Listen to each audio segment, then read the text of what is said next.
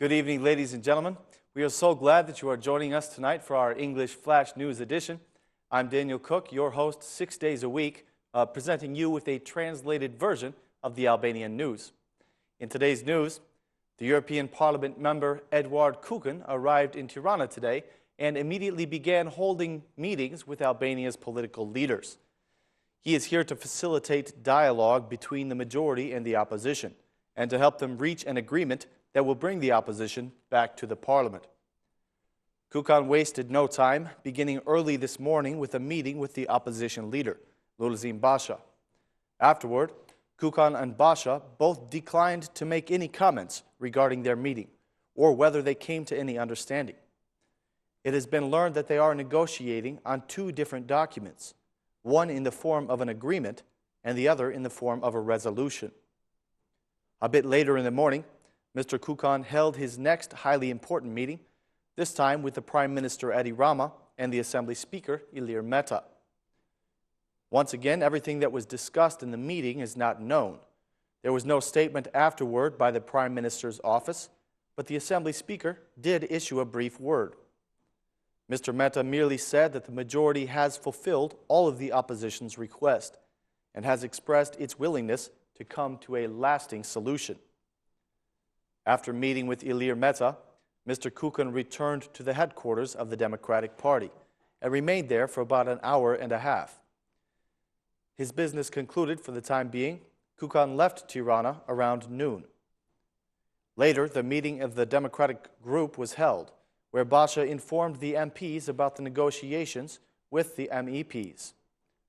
The Democratic Party chairman Lulzim Basha, together with MPs Salih Berisha and Fatmir Mediu, said that they are near to finding a solution, but that they do not trust the majority. In a public appearance after the Democratic Party Parliamentary Group meeting, Basha expressed his confidence that the efforts of the Europeans will culminate in success. He urged the majority to be a constructive part of this process. The Socialist Party Parliamentary Group meeting will be held at 6 o'clock this evening, and the majority's attitude about the solutions that have been proposed will be revealed.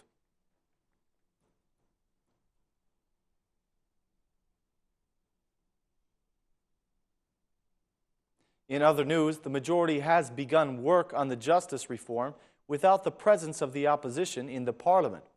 Everyone is waiting for an agreement that will end the boycott by the opposition, but so far, such an arrangement has not been made.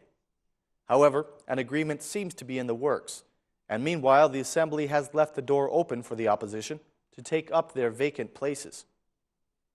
The Socialist Movement for Integration has requested that the presidency should be included on the list of entities with whom the reform will be discussed. The justice reform is considered to be the key point for the opening of EU negotiations. For the drafting of this reform, the Parliamentary Committee will consult with the independent institutions and the international missions. They will also consult with representatives of the legal system.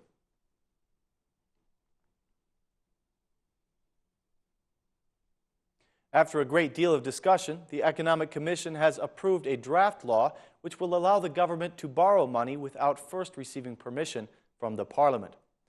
The head of the Economic Commission, Erion Bratze, has asked the Minister of Finance to make a report to the Commission every 3 months on each and every loan that the government takes out.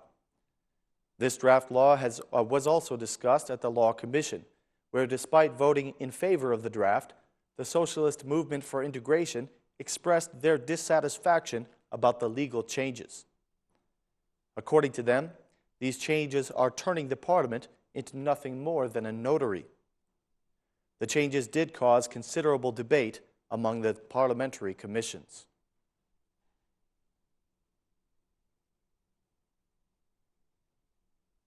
The company responsible for the terrible pollution in Balch has finally been held accountable for their actions. The Environmental Inspectorate has reacted to this scandal of the Armo company, which operates in the Lavdan village in Balch. The company has been fined with 50 million lek. However, the Ministry of Energy has not yet reacted to the revelation of this scandal.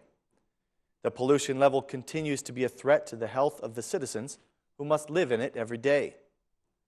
It has not been revealed yet when the Ministry of Energy plans to react to the situation as one of the responsible institutions in the case. The situation in Balch continues to be the same. The citizens are complaining about the lack of financial help and the dangerous substances that are being released by the oil processing plants. The consequences to the citizens' health are irrevocable, and they say that no one cares about them. 2 days ago, the Environmental Inspectorate sent experts to the village after the alarm that was raised by Ora News about the dangerous substances that are being released into the air and water. Their analysis showed that the river was completely polluted by oil, and the residents' homes are just a few meters away from this river. After the German asylum scandal last week, 5 people were arrested on charges of fraud. Now the court of Vlora has issued the security orders for these 5 arrested. The court ordered that Agim Mucha be kept under house arrest. He is the owner of the agency Agimi Travel. Shazai Aliyah, the owner of the Western Union location in Nova Sel, was left in prison custody. The same measure was ordered for Kastriot Hojai, who was arrested for failure to report the crime and having incited other citizens to flee to Germany. The court ordered obligation of appearance for Denisa Mitro and Matilda Mezreku, who are employees of the International Travel Agency belonging to Agim Mucha. The security measure for Agim Mucha was given from the Vlora hospital because the 60-year-old man has been hospitalized there after some cardiac problems. There were 245 people on the buses that were apprehended in the port of Vlora on December 18th. Another 320 people had fallen victim to the scam and had already paid for their tickets out of the country. They were each charged €140 for a one-way ticket. If you missed the news several days ago, the scam involved a fraudulent offer of asylum in Germany. The people were fooled into believing that Germany offers economic asylum to Albanians, which is absolutely not the case. The people who were fooled into paying for this trip were from Vlora, Fier, Elbasan, Berat, and Durrës.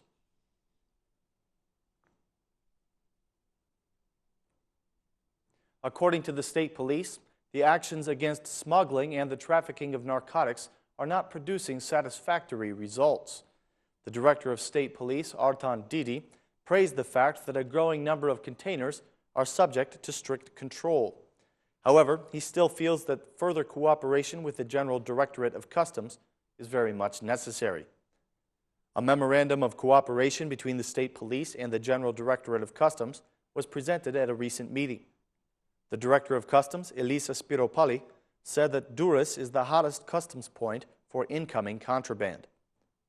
The United Nations representative in Tirana said that since the beginning of this operation, 22.7 kilograms of heroin and more than 5.6 tons of marijuana and counterfeit goods have been seized.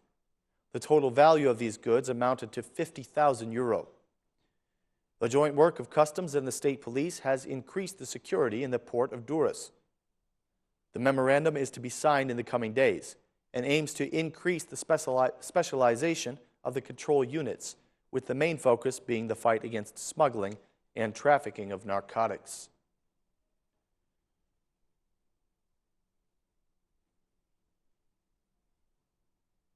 Starting from today, the retirees will be receiving the funds for the holidays that were authorized by our Prime Minister, Edi Rama.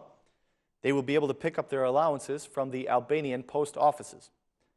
Some instructions have been given out as to when people can go and pick up their financial packages in order to avoid huge crowds and long lines at the post offices. The funds for the holidays will be given out from 2 p.m. to 8 p.m. for those who have already received their pensions for this month. For those who are picking up their monthly pensions during the allotted time period, they can pick up their holiday allowance as well during the normal hours of 8 a.m. to 2 p.m. The allowance can only be picked up on the day that they would normally come to receive their pensions. Once again, this is to avoid mobbing the post offices.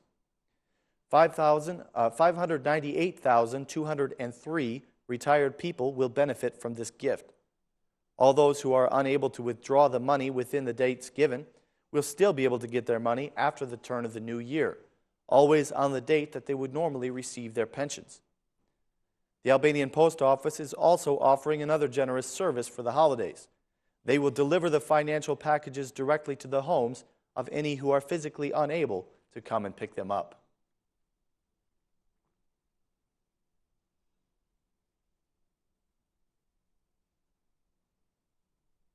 That is all the news for this evening. Thank you for joining us. Please be with us again tomorrow at 6 p.m. for more Albanian news in English, as always right here on Ora News. Thank you and good night.